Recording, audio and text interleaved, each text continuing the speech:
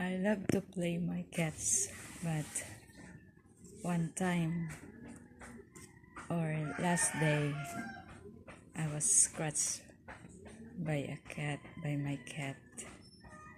So I got one and opened one.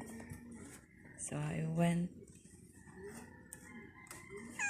to the public hospital to seek vaccine. But it's sad, there's no medicine in public hospital. So he advised me to find private. The private clinic, private doctor to give me med for my scratch. So I had no choice. So I went to the private to seek med again. So after that, I got it, but I pay expensive.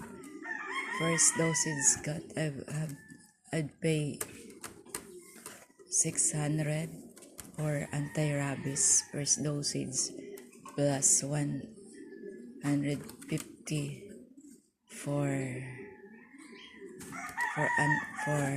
anti-tetano, and then I have another sched for follow-up checkup that is worth 600 for another anti-rabies. And since it is open one, this is the one I got. Since the doctor said it is open one, they need to inject RIG or a kind of anti